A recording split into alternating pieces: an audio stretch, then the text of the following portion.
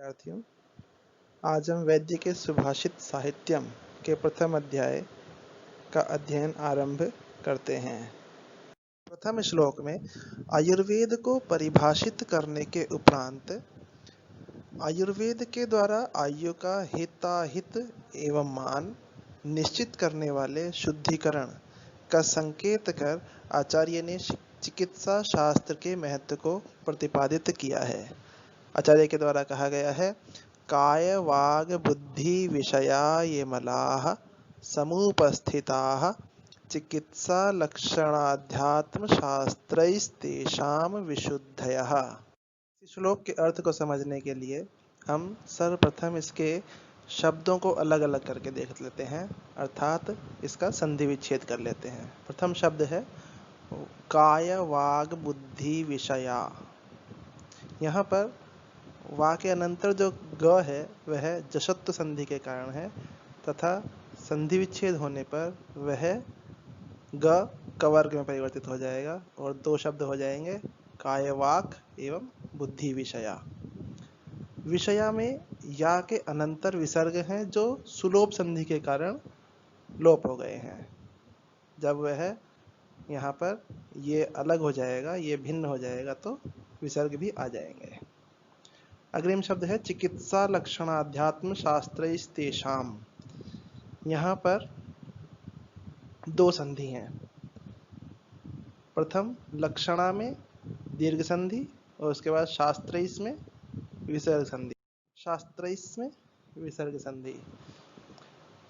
इन दोनों संधि का जब हम संधि विच्छेद कर देते हैं तो हमारे समक्ष शब्द आता है चिकित्सा लक्षण एवं अध्यात्म शास्त्रई एवं तृतीय शब्द आता है तेषाम।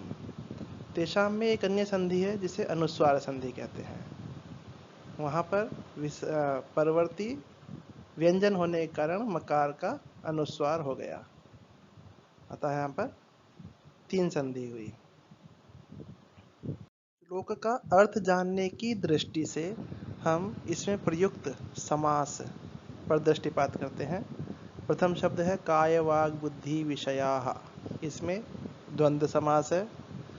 जब इसका विग्रह होगा तो ये बन जाएगा काय विषयाः च वाग विषयाः च बुद्धि विषयाः च। द्वितीय शब्द है चिकित्सा लक्षणाध्यात्म शास्त्रई।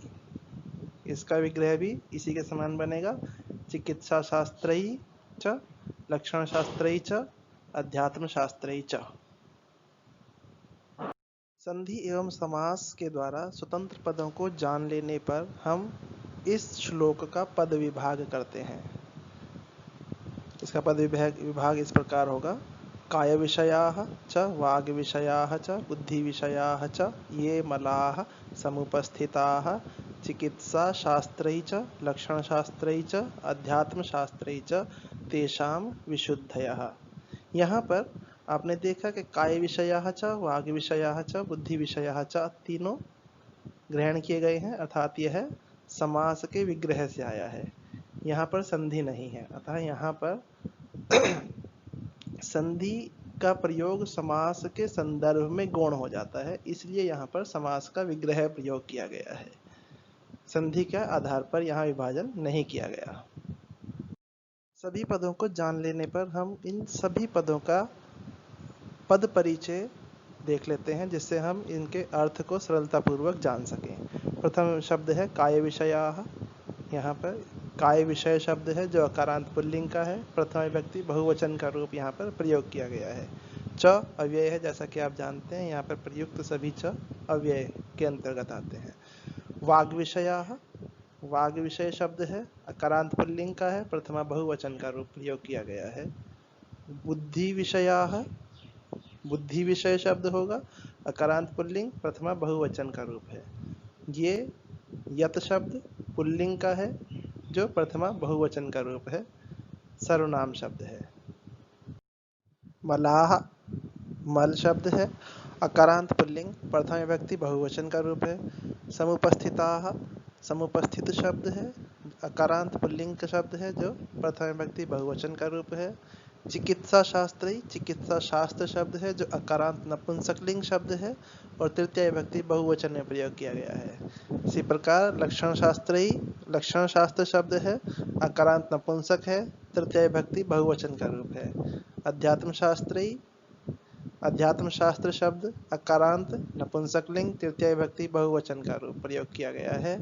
उसी प्रकार तेषाम, तत् शब्द का पुल्लिंग का रूप है जो षष्ठी विभक्ति बहुवचन का है। और विशुद्धयः, विशुद्धि शब्द जो इकारांत स्त्रीलिंग का शब्द है वह प्रथम विभक्ति बहुवचन में प्रयोग किया गया है।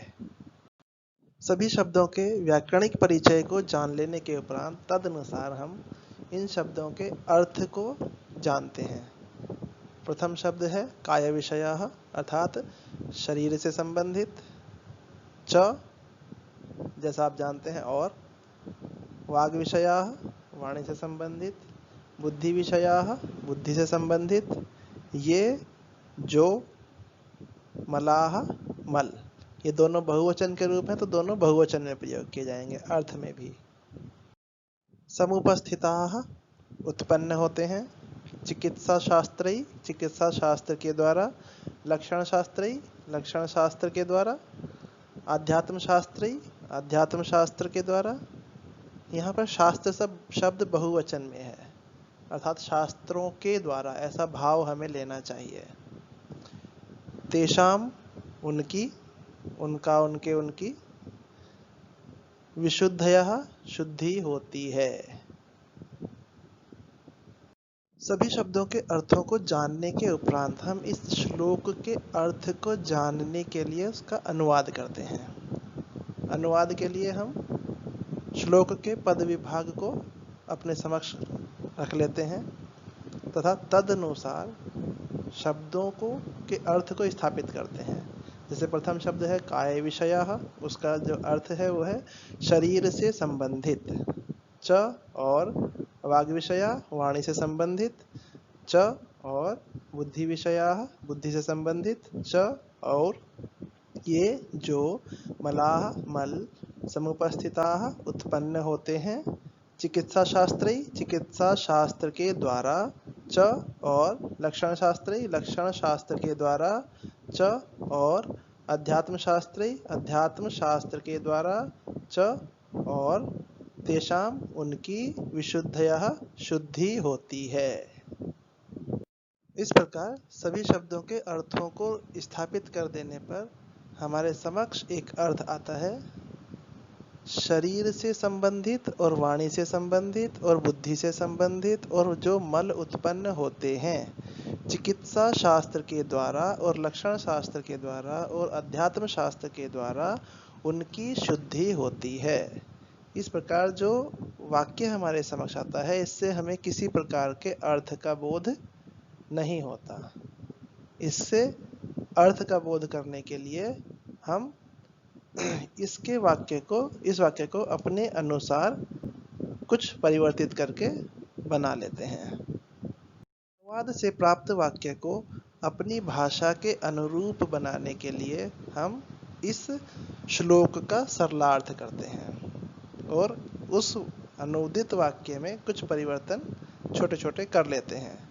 जैसे इसमें जो परिवर्तन होगा, जो जहाँ पर और दिए गए हैं वो सारे और निकाल के केवल एक ही और का प्रयोग हम करेंगे और हमारा वाक्य बनेगा शरीर से संबंधित, वाणी से संबंधित और बुद्धि से संबंधित जो मल उत्पन्न होते हैं।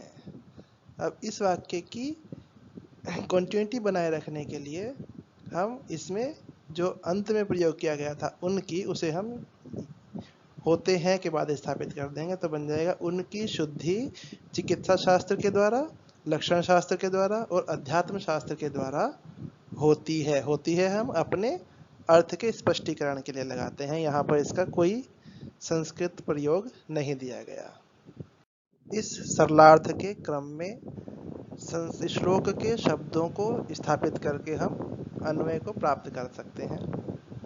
जैसे प्रथम शब्द है शरीर से संबंधित, उसका संस्कृत शब्द वहाँ पर दिया गया है काय विषयाः, वाणी से संबंधित वाग विषयाः, बुद्धि से संबंधित बुद्धि विषयाः और च, जो, ये, मल मलाः उत्पन्न होते हैं, समुपस्थिताः उनकी, तेषाम शुद्धि विशुद्धयः चिकित्सा शास्त्र के द्वारा, चिकित्सा शास्त्रई लक्षण शास्त्र के द्वारा, लक्षण शास्त्रई अध्यात्म शास्त्र के द्वारा, अध्यात्म शास्त्रई च। इस प्रकार इस श्लोक का हम अन्वय प्राप्त कर सकते हैं। यहाँ पर लक्षण शास्त्र व्याकरण को कहा गया है। इस प्रकार इस व्याकरणिक विश्लेषण के द्वारा हम इस श्लोक के अर्थ को जान लेते हैं। आशा है आपको इस विश्लेषण से इस श्लोक के अर्थ को जानकर अपने अध्ययन में सहायता प्राप्त होगी। धन्यवाद। अपनी समस्याओं के लिए आप मुझे संपर्क कर सकते हैं। पुनर्मिलामः।